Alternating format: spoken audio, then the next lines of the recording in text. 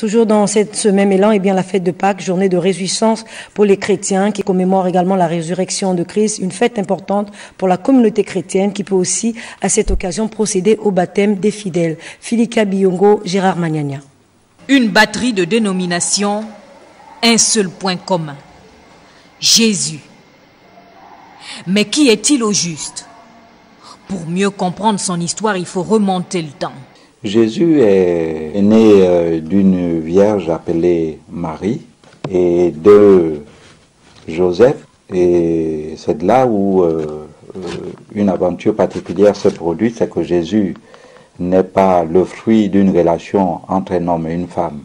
Il a été conçu d'après les Saintes Écritures du Saint-Esprit. Après une naissance peu commune, place à un ministère consistant essentiellement en enseignement et en guérison. Jésus n'a pas commencé son ministère immédiatement. Il a attendu 30 ans. La Bible nous dit qu'il alla vers le Jourdain, là où était le grand Jean-Baptiste, le précurseur, celui qui avait la lourde responsabilité de dévoiler le Messie, de l'introduire dans le ministère. Pendant qu'il était dans l'eau, Dieu va lui dire, celui-ci est mon fils en qui j'ai placé toute mon affection.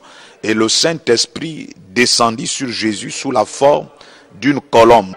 Si les foules se laissèrent séduire par ses œuvres, ce ne fut pas le cas pour les autorités religieuses de l'époque, lesquelles le condamnèrent. S'il arrive à la croix, c'est parce que grand nombre de son auditoire n'acceptaient pas le fait qu'il revendique sa filiation divine, qui disent qu'il est fils de Dieu le Père. Cependant, la mort et la résurrection du Dieu incarné furent un passage nécessaire conformément à sa destinée pour l'humanité. Dieu a tant aimé le monde qu'il a donné son Fils unique afin que quiconque croit en lui ne périsse point, mais qu'il ait la vie éternelle.